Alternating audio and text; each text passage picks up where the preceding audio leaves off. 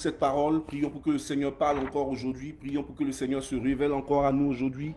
Prions encore pour que le Seigneur nous enseigne les mystères de sa parole. Prions tous ensemble, s'il vous plaît. Éternel, nous voici devant toi ce soir, Seigneur, oh Dieu, pour être enseigné, pour être nourri par toi, pour être nourri, Seigneur, oh Dieu, dans ta présence. Seigneur, nous voulons cette nourriture solide. Nous ne voulons pas de cette nourriture, Seigneur, oh Dieu, cette nourriture, Seigneur, faible, cette nourriture, Seigneur, oh Dieu, Seigneur, Jésus-Christ faible, mais nous voulons de cette nourriture solide qui vient du ciel, de ce pain qui vient du ciel. Nourris-nous ce soir et fais-nous entendre les mystères de ta parole. Béni sois-tu, Seigneur, en ton nom, nous prions. Que le peuple dise Amen, Amen, Amen. Amen. Que Dieu nous bénisse. Nous allons aller rapidement dans le livre d'Apocalypse. Apocalypse 5, à partir du verset 9. Apocalypse 5, verset 9. Je lis. Et il chantait un cantique nouveau en disant, tu es digne de prendre le livre et d'en ouvrir les sceaux, car tu as été immolé et tu as racheté pour Dieu par ton sang des hommes de toute tribu, de toute langue, de tout peuple et de toute nation. Tu as fait d'eux un royaume et des sacrificateurs pour notre Dieu, et ils régneront sur la terre.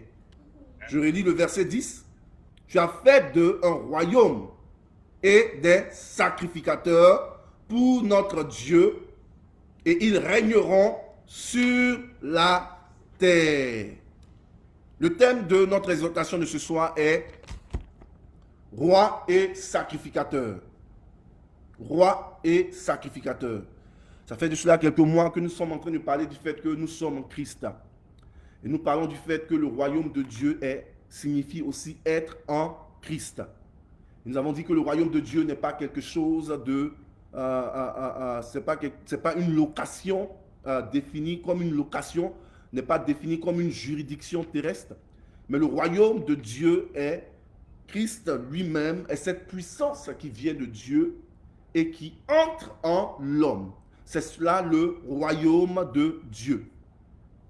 Nous avons comparé le royaume de Dieu au royaume des cieux, qui est complètement différent, qui est cette sphère où Dieu règne en maître, qui est cette sphère où Dieu est assis et il règne et il administre et il agit en faveur de la terre.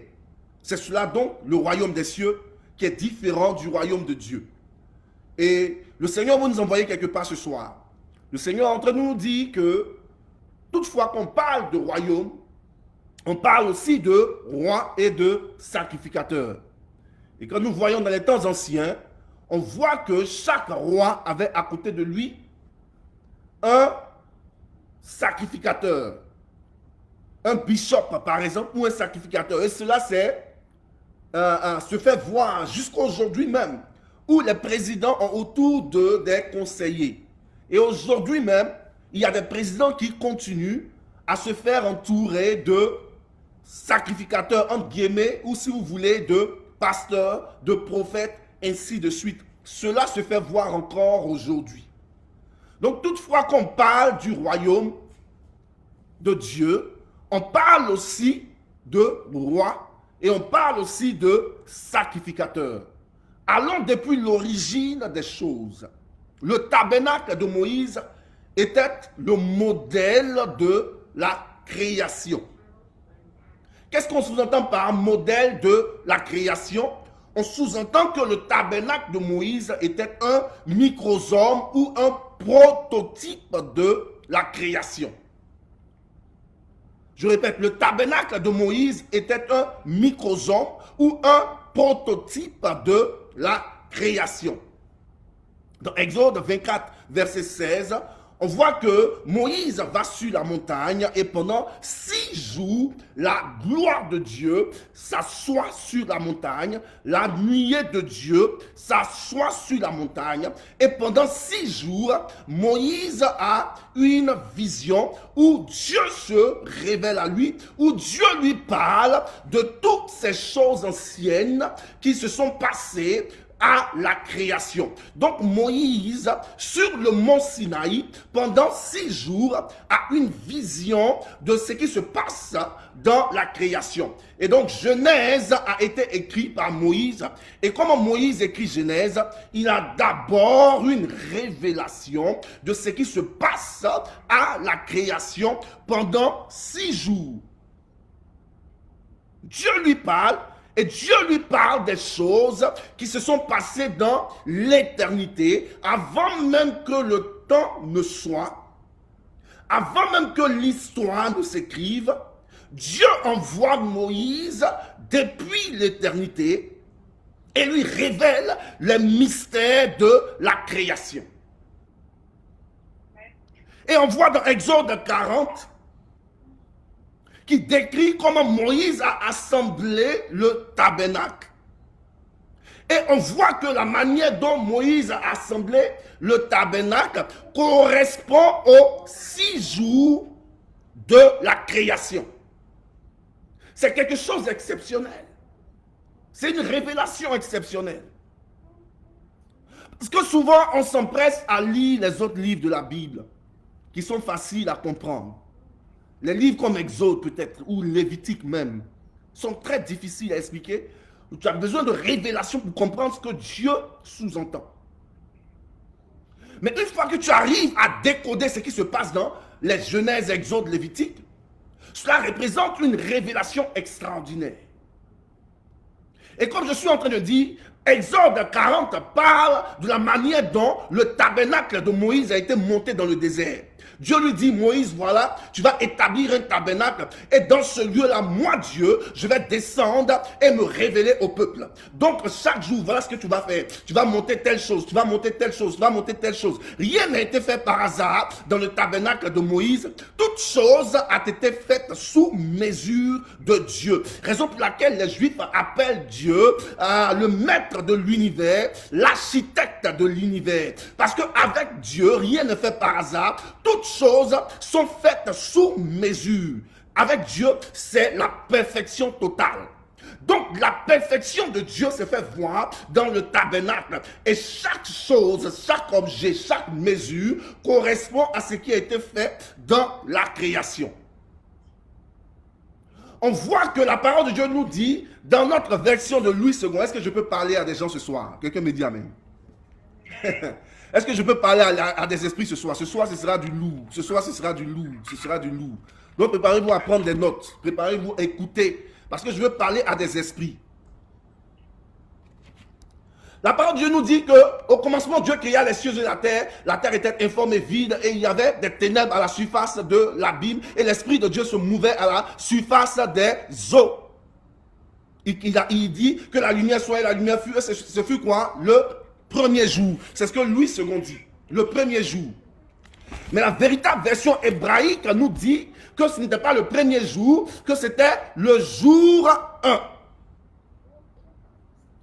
Parce que tu dis premier, deuxième, troisième pour énumérer des choses qui sont situées dans le temps et dans l'espace. Mais à la création, il n'y avait pas de temps. Tu mesures quelque chose à partir du temps et de l'espace. Premier, deuxième, troisième, parce que nous sommes actuellement dans une sphère qui est téléguidée par le temps. Mais si les choses étaient dans l'éternité, c'est qu'il n'y avait pas de nombres cardinaux, de premier, de deuxième, de troisième, que tout était fait comme jour 1, jour 2, jour 3. Parce que la parole de Dieu me dit dans le livre de Genèse, quoi? Que la terre était informe et vide. Mais quand tu vas dans la véritable version hébraïque, on me dit que la terre est devenue informe et vide. Et si la terre est devenue informe et vide, c'est-à-dire qu'il y a eu des antécédents avant même que la création ne soit. Avant même que les choses ne soient créées, avant même qu'il y ait tous ces mouvements divins de Dieu, il y avait des antécédents. C'est-à-dire que d'abord, il fallait que la terre soit parfaite dans cette perfection de Dieu avant qu'elle ne devienne informe et vide. Si on dit que Daniel est devenu chauve, par exemple, ça veut dire qu'avant, Daniel avait des cheveux. C'est ce que ça signifie. Il avait des cheveux au préalable et il est devenu chauve. La terre est devenue, ça veut dire qu'il y a eu un antécédent. La terre était d'abord créée parfaite. Il y a eu ensuite la chute. Satan est tombé sur la terre. La terre est devenue ensuite informe et vide, c'est-à-dire Tohu Bohu, qui est un démon, le démon du chaos, qui est tombé sur la terre. Et c'est de là que la parole de Dieu, où les Juifs parlent maintenant de jour 1. Le premier jour, on voit que dans Exode 40, on voit que Moïse dresse le tabernacle. Dieu dit à Moïse, premier jour, dresse le tabernacle. Mais cela correspond au fait que Dieu crée la lumière. Il a dit quoi? Que la lumière soit, et la lumière fut, et ce fut quoi? Le jour 1. Et cela correspond au tabernacle. Quand tu commences à lire dans Exode 40, verset 17, cela correspond au tabernacle. Parce que le tabernacle est ce lieu où le Saint des Saints se trouve. Et le Saint des Saints, c'est ce lieu où il n'y a pas, souvenez-vous, où il n'y a pas de temps, où le temps n'existe pas. Dans le Saint des Saints, c'est l'éternité. Que la lumière soit, et la lumière fut. Jour 1. Jour 2, Moïse dresse le voile qui sépare le lieu saint au lieu très saint. Je répète, le deuxième jour, Dieu dit à Moïse, dresse le voile qui sépare le lieu saint du lieu très saint. Et qu'est-ce que Dieu fait au deuxième jour à la création? Dieu crée le firmament pour séparer les eaux des eaux.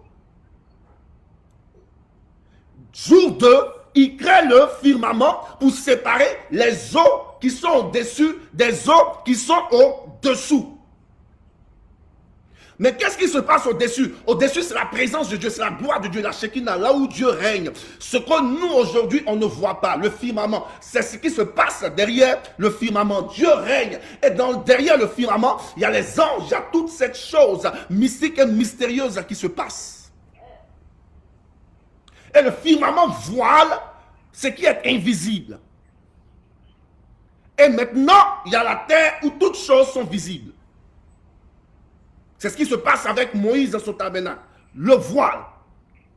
Si j'avais le temps, j'allais vous dire que le voile, les couleurs du voile correspondent aux 4 éléments de la nature ou bien de la création, qui sont la terre, qui sont l'eau, qui sont l'air et qui sont le feu. Toutes ces couleurs correspondaient aux couleurs qui étaient sur le voile. Ce qui signifie que lorsque le sacrificateur passe par le voile, il passe par la matière de la terre. Il passe de la terre à l'éternité. Il passe du visible à l'invisible. Tout ce qui se passe dans le lieu saint est visible, est contrôlé par l'homme et la religion. Mais lorsque le sacrificateur ouvre le voile et qu'il arrive dans le lieu très saint, il a passé un monde et il est arrivé dans un autre monde. Il est arrivé dans le monde où l'éternité règne, raison pour laquelle on appelle Dieu l'éternel des armées, parce que dans ce monde, tout est constant et tout est bon.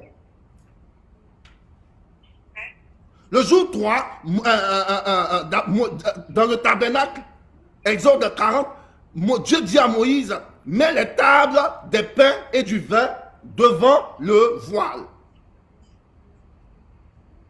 Et qu'est-ce qui se passe au jour 3? Au jour 3, Dieu crée la végétation, le monde végétal. Au jour 3, Dieu crée le monde végétal, mais il dit à Moïse, dans Exode 40, dans le tabernacle, prends la table des pains et mets-la, la table des pains et du vin, et mets-la devant le voile. Jour 3. Jour 4, j'avance rapidement. Dieu crée les luminaires, c'est-à-dire il crée le soleil, la lune et les étoiles et les planètes. Ok? Dieu crée les luminaires. Mais qu'est-ce qui se passe dans le tabernacle qui correspond au jour 4 dont on parle? Il dit à Moïse, place les chandeliers. Place les chandeliers devant la table. Donc jour 4, Dieu crée les luminaires, mais dans le tabernacle, dans Exode 40, il dit à Moïse, place les chandeliers. Les chandeliers ont quoi? 7 bougies, n'est-ce pas? Les chandeliers ont 7 bougies. Mais on voit qu'au jour 4, Dieu crée les luminaires et il crée le soleil, les étoiles et les 5 planètes. Qui sont quoi? Les 7 bougies du chandelier. Au jour 5, il dit maintenant, on dit que Dieu crée, Genèse nous dit que Dieu crée le monde animal, dans Genèse 1. Jour 5, Dieu crée le monde animal. Mais qu'est-ce qui se passe dans le tabernacle de Moïse? Il dit à Moïse, place l'autel des holocaustes. Place l'autel des holocaustes à l'entrée du tabernacle.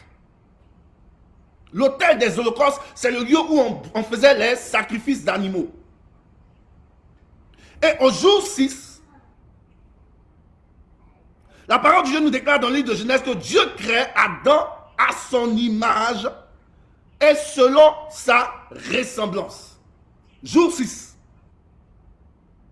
Et au jour 6, le jour 6 correspond au fait que les fils d'Aaron et Aaron lui-même entraient dans le tabernacle. Il entrait dans le tabernacle et il se lavait les mains et les pieds pour se purifier. Donc, il plaçait devant le tabernacle une cuve qu'ils appelaient la cuve d'ablution. La cuve d'ablution qu'ils mettaient devant le tabernacle, et par cette cuve, les sacrificateurs et le souverain sacrificateur se lavaient les mains et les pieds avant d'entrer dans le Saint des Saints pour aller faire le sacrifice. Et le 6e jour, le jour 6 plutôt, Dieu crée l'homme à son image et selon sa ressemblance. Mais ce que nous devons savoir, c'est que Dieu là n'était pas en train de créer juste un homme, juste Adam, mais Dieu était en train de créer un sacrificateur.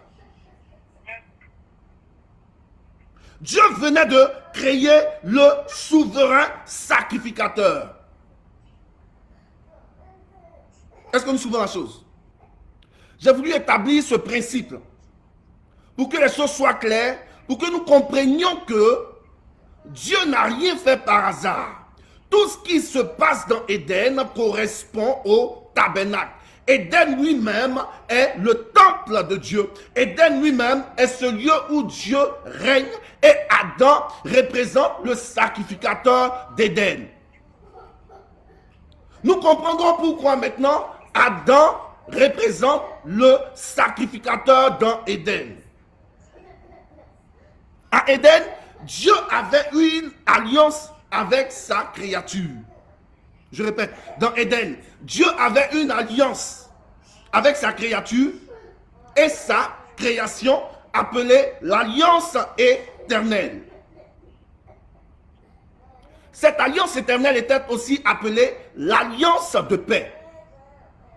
Souvenez-vous de l'alliance qu'il a eue avec Noah, où il a montré l'acte de l'alliance.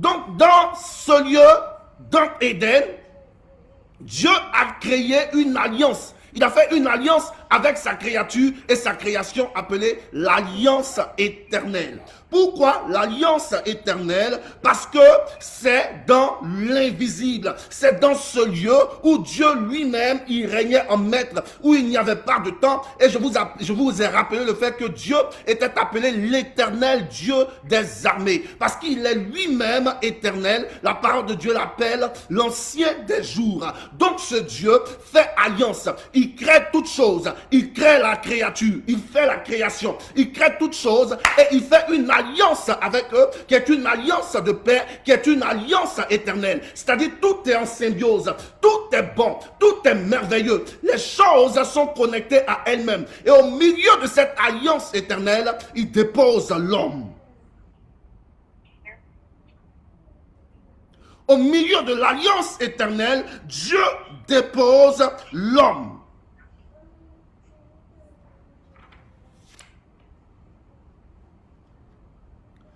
L'alliance éternelle est cette force qui maintenait toutes choses en symbiose. L'alliance éternelle est cette force qui maintenait le monde visible et le monde invisible, qui maintenait toutes choses ensemble. Souvenez-vous que la parole de Dieu nous déclare que toute chose a été faite en lui et pour lui et par lui. La parole de Dieu nous parle en conséquence de l'alliance éternelle. Tant que tout se passe en symbiose, toute ma création et ma créature sera toujours dans l'éternité. Mais une fois que le péché s'installe, le péché vient créer cette dichotomie dans l'alliance éternelle. Et il n'y a plus d'alliance. Raison pour laquelle, au temps de Noah, Dieu n'a pas que détruit les hommes, mais il a aussi détruit la création. Toute chose a été engloutie. Parce qu'une fois que le péché s'installe, l'alliance de la création est brisée. L'alliance de la création n'existe plus à cause du fait que le péché s'installe. Et donc je disais qu'au milieu de cette alliance, nous avons Adam. Et regardez quelque chose, la version hébraïque dit que Adam a été placé, les érudits, les juifs, dit que Adam a été placé dans Éden pour le servir et le préserver. Les deux mots hébreux qui signifient que Dieu a placé Adam dans Éden pour que Adam serve Éden et le préserve, signifie conduire la louange dans le temple et préserver les enseignements. Je répète pour être clair. Ils disent que Dieu met Adam dans Éden pour le servir et le préserver. Ce sont deux mots hébraïques qu'ils utilisent.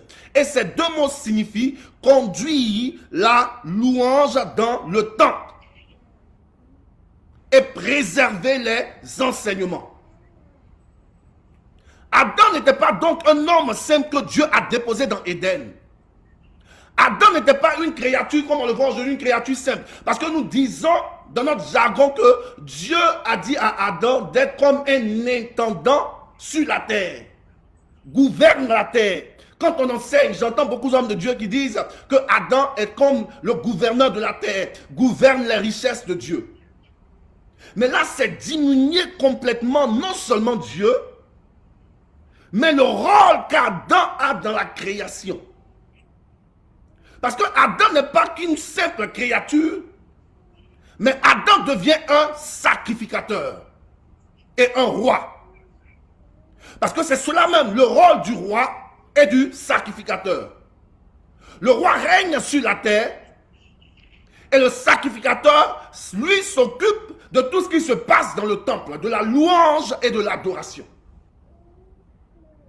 Donc nous voyons par là que Adam n'était pas juste quelqu'un que Dieu a déposé dans Éden pour se faire plaisir, pour le regarder manger les beaux fruits. Non, il y avait d'autres implications derrière toutes ces choses. Adam était un roi et un sacrificateur. Qu'est-ce que nous sous-entendons, qu'est-ce que cela sous-entend quand nous disons que Adam était roi? Cela sous-entend que Adam régnait sur la création. Parce que le livre de Genèse même 1, le livre de Genèse 1, je crois le verset 27, nous dit que Dieu dit à Adam de dominer la terre et de l'assujettir. Domine et assujettit. Donc Dieu n'a pas créé juste Adam pour se faire plaisir dans le jardin d'Éden, mais Dieu a créé Adam afin que Adam règne sur la création. Domine et assujettit. Donc Adam était roi d'abord pour régner sur la création. Et Adam était sacrificateur pour habiter dans le ciel. Est-ce que nous souvenons la chose? Adam était roi pour régner sur la terre, parce que Dieu lui dit dans Genèse, domine la terre et assujettis-la. Et Adam était sacrificateur pour habiter dans le ciel. Parce que le sacrificateur, c'est celui qui voyage entre les mondes. Le sacrificateur, c'est celui qui passe du monde terrestre au monde spirituel. Le sacrificateur, c'est celui qui prend les sacrifices du peuple et qui les envoie dans l'éternité devant Dieu. C'est cela le sacrificateur. Raison pour laquelle la parole de Dieu nous déclare, quand Dieu parlait aux Philippes et autres, il leur a dit quoi? Vous verrez des anges monter et descendre. Ces anges ne sont pas des anges avec des ailes comme on le sous-entend. Je l'ai déjà dit quelques semaines auparavant. Ces anges sont des messagers, sont des malaks, sont des sacrificateurs. Des hommes comme toi et moi qui partent depuis le lieu saint et qui arrivent au lieu très saint. Vous verrez des anges monter et descendre. C'est cela le rôle du sacrificateur. De rentrer dans le royaume de Dieu. De rentrer dans la présence de Dieu et de ressortir avec des messages puissants. C'est cela le sacrificateur. Vous verrez des anges monter et descendre. Donc nous voyons là que Abraham, plutôt Adam, n'était pas même une simple créature que Dieu dépose dans Éden. Mais Adam était un roi et un sacrificateur. Dieu le met dans Éden afin qu'il règne sur la création et qu'il serve Dieu en allant dans le ciel pour prendre des messages en tant que messager et revenir sur la terre. Quelqu'un me dit Amen. Donc en s'attaquant à Adam, écoutez la chose, en s'attaquant à Adam, Satan n'attaquait pas qu'un homme, mais il s'attaquait à tout un système cosmique. Je prends mon temps pour expliquer les choses ce soir, parce que ce sont des choses un peu lourdes. Satan, là, en attaquant Adam, comme on le voit toujours, comme on le médite, on pense que Satan va attaquer Adam. Oh, il lui a dit mange le fruit, et puis ça s'arrête là. Ils ont chassé Adam du jardin d'Éden, et puis bon, la vie continue. Non, il y a des implications plus grandes. Satan, en attaquant Adam, s'attaque à tout le système cosmique que Dieu a mis en place. C'est ce que Satan est en train de faire. Il est en train de déranger tout un système. Il est en train de s'attaquer à tout un système cosmique. Satan est en train de mettre à nu tout un système cosmique dont l'homme devait être le garant. Souvenez-vous que Dieu met l'homme au milieu de tout un système cosmique. Il crée toutes choses et il dépose l'homme au milieu. Mais Satan va s'attaquer à l'homme, pas à un homme simple. Satan s'attaque à un roi et à un sacrificateur. Parce que Satan sait qu'en s'attaquant à Adam, il est en train de mélanger le système cosmique que Dieu a mis en place et dont Adam était supposé être le garant. En s'attaquant à Adam, Satan était aussi en train de s'attaquer au royaume de Dieu. En s'attaquant à Adam, Satan était aussi en train de s'attaquer au sacerdoce royal.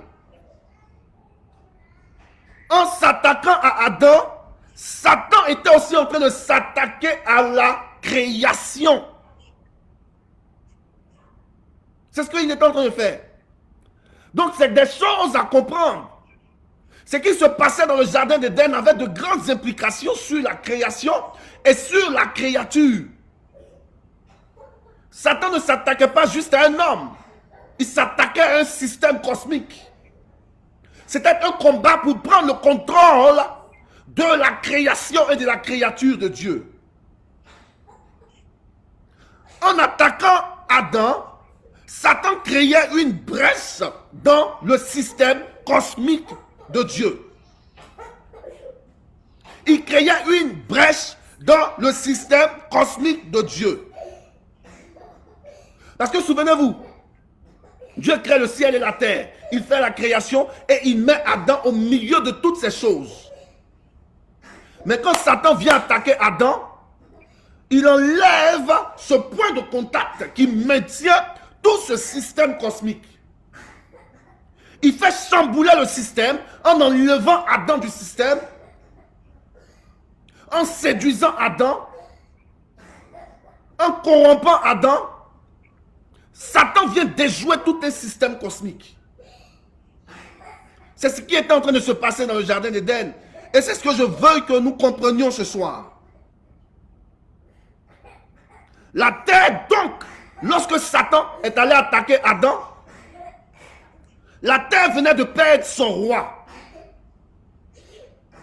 La terre venait de perdre son roi. Qu'est-ce que nous sous-entendons? Qu'est-ce que cela sous-entend? Cela sous-entend que la terre venait de perdre cette personne qui était supposée régner sur elle. Raison pour laquelle la parole de Dieu nous dit quoi? Connais-tu les lois du ciel? Appliques-tu leur pouvoir sur la terre? Connais-tu les lois du ciel? Parce que Satan venait d'attaquer là un roi. Le roi qui est supposé régner sur la terre. Et qu'est-ce que le roi fait? Le roi fait marcher les lois. Le roi, c'est le législateur de la terre. Et c'est ce que Satan venait de faire. La terre là venait de perdre son roi. Et la terre venait de perdre aussi son sacrificateur. Et dès lors, il n'y a plus personne pour voyager entre le ciel et la terre. J'ai envie de rentrer encore dans la profondeur. Pour vous dire que Adam, dans Éden, je vous l'ai dit une fois, je ne sais pas si vous vous souvenez, dans Éden, Adam était un esprit. Dans Éden, Adam n'était pas un homme de chair. C'est après le péché que Adam est devenu un homme de chair. Mais dans Éden, j'ouvre une guillemets pour vous dire que Adam était un esprit. Je vous ai montré des versets bibliques qui nous disent, qui nous parlent du fait que Adam pouvait voyager de l'est à l'ouest, du haut en bas.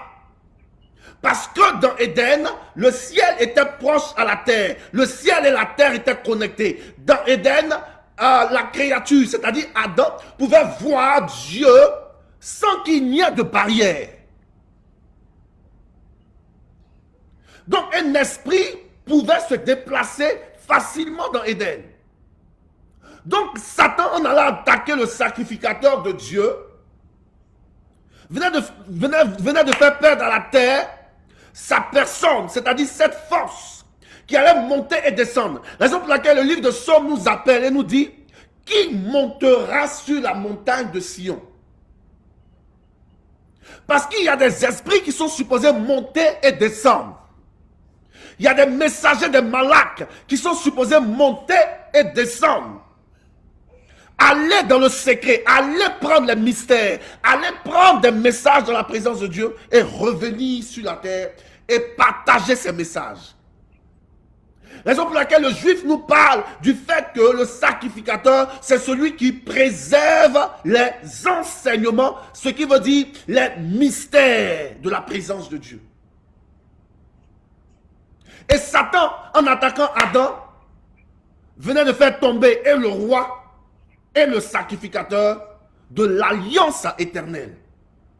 Il venait de mélanger tout un système cosmique. C'est ce qui venait de se passer dans le jardin d'Éden. Et laisse-moi te dire ce soir que Dieu veut restaurer toutes choses. Dieu veut renvoyer toutes choses à son origine. Dieu veut remettre toutes choses en place. Laisse-moi te dire quelque chose. Je vais vers la fin. Le roi est introduit. Le roi ne se lève pas de lui-même un matin et il arrive, il dit, ok, je suis roi, je viens régner dans telle localité, dans tel royaume. Non, le roi est introduit par un homme fort. Le roi est introduit par une autorité. Le roi est introduit par quelqu'un qui est lui-même connecté au royaume. Le roi ne vient pas de lui-même pour dire, je suis roi, je viens régner. Quelqu'un de fort, quelqu'un qui a une autorité se lève, prend la main d'une autre personne et l'introduit aux choses du royaume. Donc le roi est introduit. Le roi ne se fait pas lui-même. Le roi est introduit par un autre roi. Et c'est par cette introduction que lui-même devient roi. Moïse a été introduit par Pharaon. Moïse a été introduit par Pharaon, oui. Je le répète, Moïse a été introduit par Pharaon parce que Moïse était un roi. Moïse, il y a des versions hébraïques qui appellent Moïse le prince des Juifs. Le roi même des Juifs. Pour que Moïse soit reconnu, pour que Moïse soit écouté par des millions de personnes, il a fallu que quelqu'un l'introduise aux choses du royaume. Moïse n'est pas sorti de nulle part et puis il prend 2 millions, 5 millions de personnes qui conduisent dans le désert pendant 40 ans. C'est du jamais vu, ça ne peut pas se faire. Il fallait que Moïse ait ce cachet royal pour que des millions de personnes l'écoutent. Donc Moïse a été introduit à la royauté par Pharaon. Il a été sauvé des eaux, on l'a envoyé à la maison de Pharaon et c'est là-bas qu'il a été nourri et il a été élevé et on lui a enseigné toutes les affaires du royaume. Donc Moïse n'était pas n'importe qui, Moïse était quelqu'un qui était introduit aux affaires ou connecté aux affaires du royaume. Ne deviens pas roi qui veut, le roi était introduit. Et je veux dire par ricochet que tout ce que tu traverses dans ta vie comme Moïse l'a fait, toutes tes épreuves, toutes tes difficultés sont des choses, sont comme des véhicules qui t'envoient à ta royauté. Parce que Dieu veut t'introniser roi sur la terre. Et il faut qu'un homme t'introduise à la royauté. Et je prophétise ce soir que l'homme de ton introduction, l'homme de ta propulsion est en marche et qu'il est en train d'arriver dans ta vie pour t'introduire au monde. Abraham a été introduit par qui? Melchisédek. Abraham a été introduit par Melchisédek. Comment Melchisédek l'introduit? Melchisédek, on sait qui il est, je ne vais pas rentrer dans les détails. Il sort de nulle part, il arrive et il introduit Abraham à la terre. Comment il introduit Abraham à la terre? Il lui donne du vin. Le vin est formé comment? Le vin est formé à partir de la terre. Des fruits qui sortent de la terre. Et que des hommes manipulent, qui devient fermenté, qui devient donc du vin.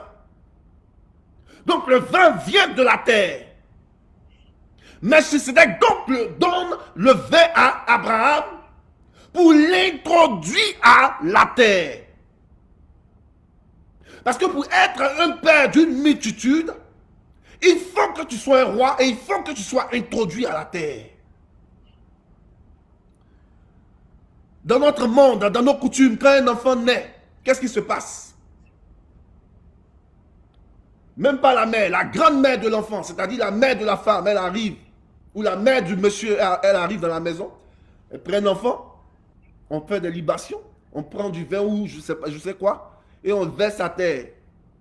Vous dites à nos ancêtres, Acceptez l'enfant, il vient du monde spirituel. Acceptez-le, il est sur la terre maintenant.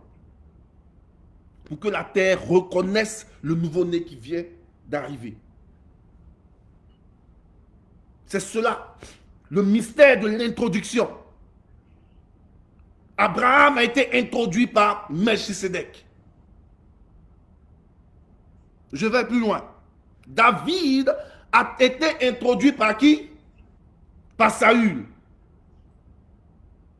David a été introduit par Saül dans la royauté. Et Jésus lui-même a été introduit par son Père céleste. Quand il est baptisé, qu'il sort de l'eau et qu'une voix se fait entendre dans le ciel et que le Père parle au Fils, il parle au monde et il dit: celui-ci est mon Fils bien-aimé en qui j'ai mis toute mon affection. Le Père introduit le Fils au monde. Le mystère de l'introduction. Dieu veut restaurer les rois. Les rois que le diable a attaqué depuis Éden. Le roi que le diable a enlevé du système cosmique. C'est ce roi-là que Dieu veut repositionner. Mais Dieu dit: je ne vais pas seulement te repositionner, parce qu'avant que je ne te repositionne, il faut que je t'introduise à la terre. Le temps est venu où la terre entendra parler de toi. Les hommes entendront parler de toi. Parce que c'est le temps de ton introduction. Je veux parler à quelqu'un qui est resté caché pendant des années, pendant des mois, pendant des semaines. Quelqu'un qui est resté en prière dans le secret pour savoir où Dieu veut l'envoyer. Je veux parler à quelqu'un qui a été malmené par les épreuves, par la souffrance, par la maladie ou je ne sais quoi. Je veux te dire ce soir, je veux te donner cette parole d'espérance pour te dire que ton Dieu veut restaurer ta royauté en t'introduisant à la terre. Le roi est introduit et le sacrificateur est initié. Le roi est introduit et le sacrificateur est initié. Quand on parle d'initiation, on parle des choses mystérieuses, on parle des secrets. N'importe qui ne peut comprendre les secrets s'il n'est initié. Ce n'est pas possible. On voit l'initiation comme quelque chose de mystérieux ou mystique dans notre monde, dans notre jargon. Mais je veux dire que l'initiation, c'est juste passer à quelqu'un des enseignements sacrés ou cachés. Et le sacrificateur ne se lève pas comme cela un jour pour dire: je suis sacrificateur. Il est initié, on le prend et on l'introduit aux choses secrètes, aux choses mystérieuses, aux choses cachées. C'est cela le sacrificateur. Donc le sacrificateur, lui, il est initié. Je vais rapidement pour finir. Moïse, il a été initié par qui? Par Jéthro.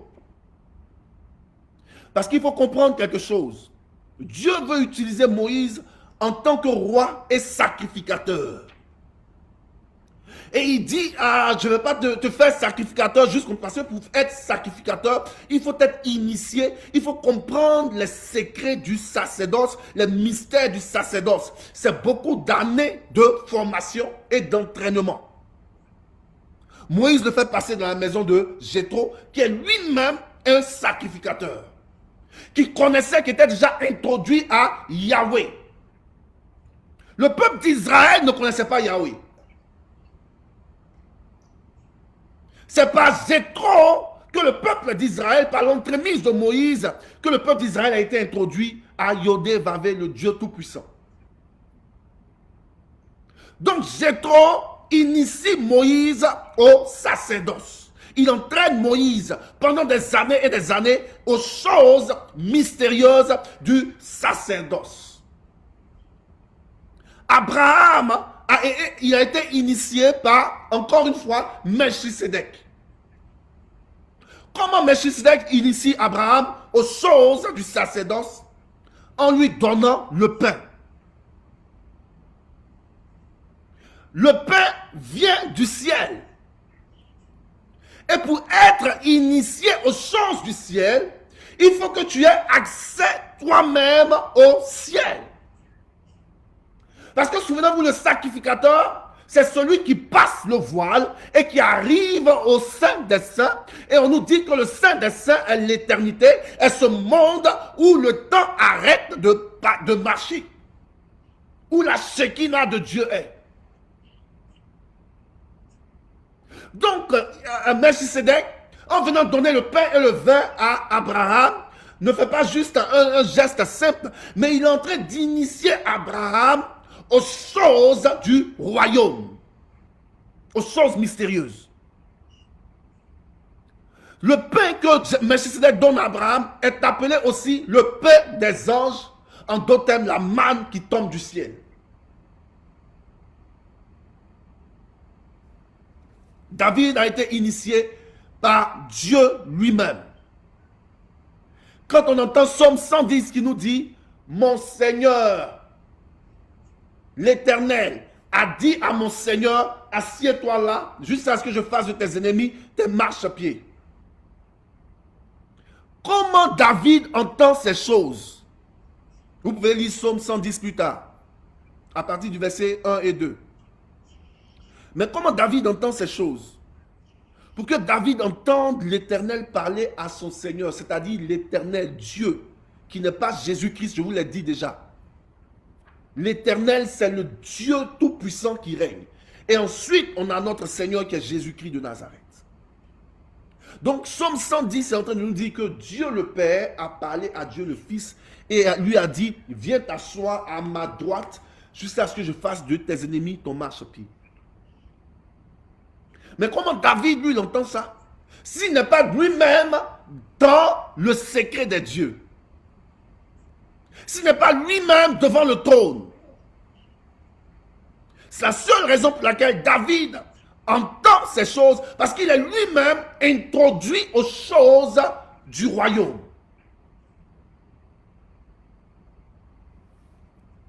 Et pourquoi il faut être forcément roi et sacrificateur? Nous sommes dans cette époque où, je vous le dis tantôt, je ne cesserai jamais de le dire, ça va choquer plus d'un, mais je tiens à ce que je suis en train de dire. Dieu veut une nation de sacrificateurs. Nous sommes arrivés à cette époque où les autres ministères sont bien, le pastorat, le ministère prophétique, ainsi de suite. Mais nous sommes arrivés à une époque où Dieu veut faire des rois et des sacrificateurs. Pourquoi? Parce que seuls les rois et les sacrificateurs ont un impact dans le système cosmique que Dieu a mis en place depuis Éden, depuis la création. Ce système où tout est en symbiose, où tout marche, où tout est bon, et au milieu duquel il a déposé le roi et le sacrificateur. Il faille forcément un roi et un sacrificateur pour impacter le système cosmique ou pour retourner dans Éden et pour rectifier tout, pour remettre tout en place. Il faille forcément un roi et un sacrificateur. Dieu restaure les rois afin que les rois règnent sur la création. Moïse a divisé la mer Rouge en deux. Il faut forcément un roi pour parler aux choses inanimées, pour que les choses inanimées s'exécutent. Raison pour laquelle il a dit à Adam, assujettis et domine. Parce que seul le roi a un impact sur les choses inanimées. Un homme simple ne peut pas parler aux choses inanimées, aux choses qui sont sur la terre, parce que ces choses ont des oreilles. La parole de Dieu me déclare dans le livre de Psaume, porte, élevez vos linteaux, élevez les portes. Et ces portes disent, qui est le roi de gloire? Nous appelons la montagne, nous appelons les arbres, des choses inanimées, mais ce sont des choses qui ont un esprit derrière eux. Ce sont des choses qui réagissent à Adam.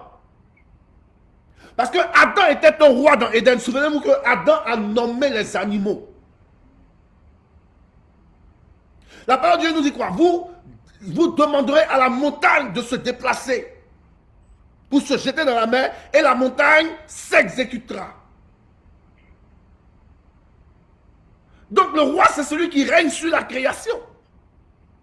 Et il faut un roi pour que la création s'exécute, toutefois que le roi parle à la création.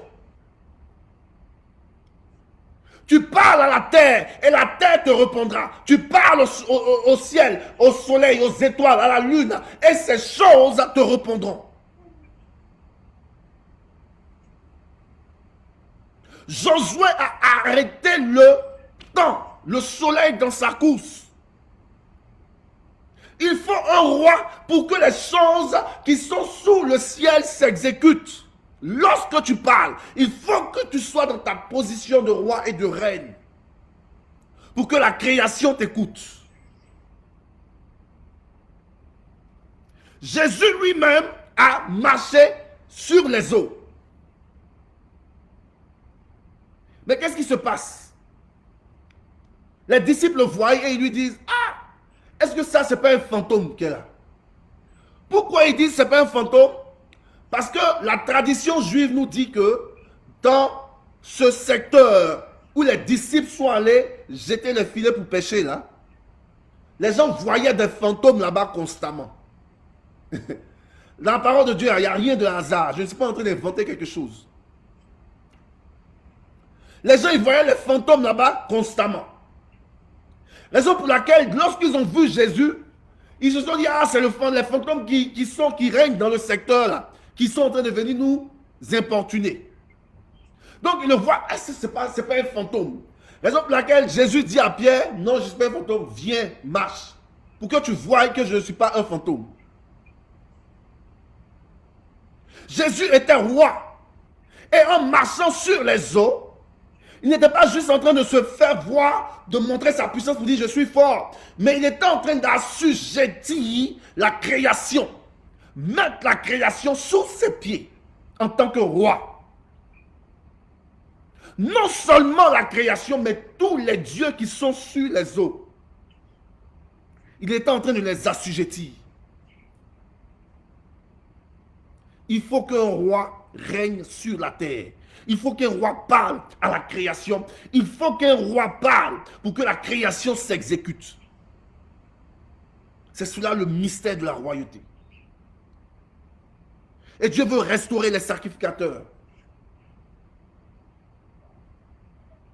Dieu veut restaurer les sacrificateurs parce que le roi, lui, règne sur la terre. Parce que Dieu a dit à Job, connais-tu les lois du ciel? Règnes-tu leur pouvoir sur la terre? Le roi, c'est celui qui règne le pouvoir du ciel sur la terre. La législature. Le roi, c'est celui qui envoie la législature céleste sur la terre.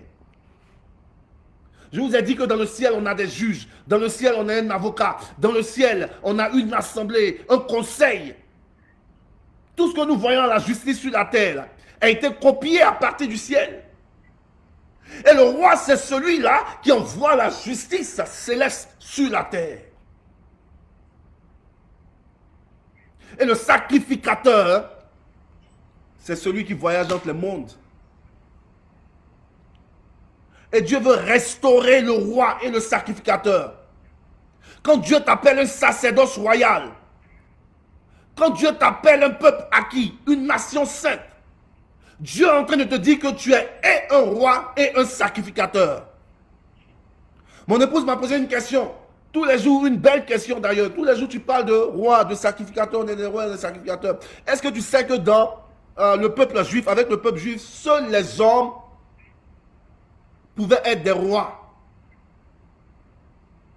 Raison pour laquelle je lui ai dit, écoute, Dieu commence par Adam, et il lui donne le nom Adam qui signifie humanité. L'humanité, c'est-à-dire l'être humain. Donc, et l'homme et la femme se retrouvent dans Adam.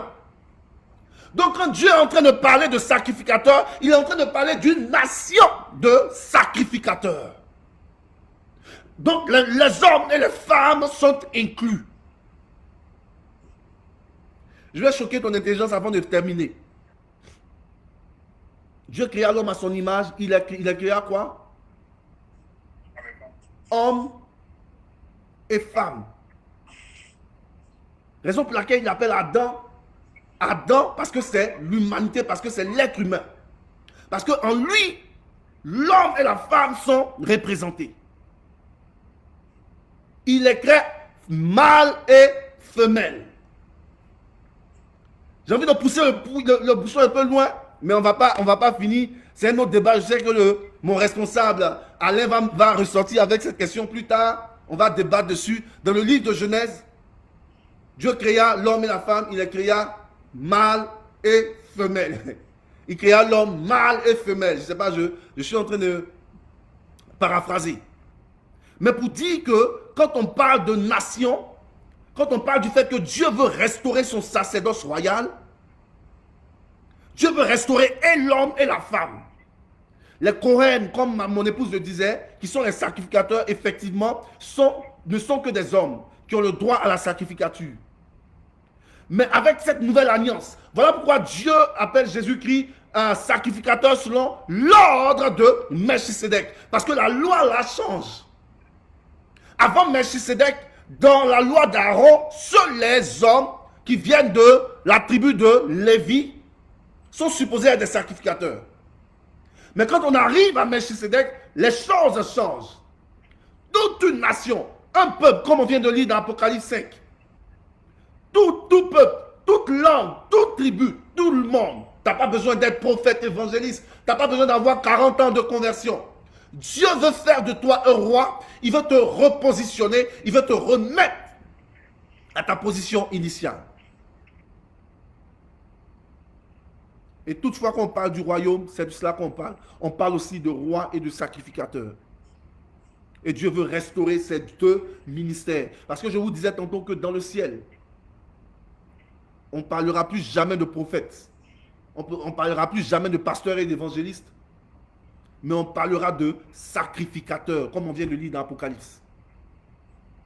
On parlera de sacrificateurs. Que Dieu nous bénisse afin que nous nous rendons disponibles à son œuvre, que Dieu nous façonne et que Dieu nous repositionne et que Dieu nous remette à notre position de roi et de sacrificateur. Que Dieu nous bénisse, élevons nos voix et prions.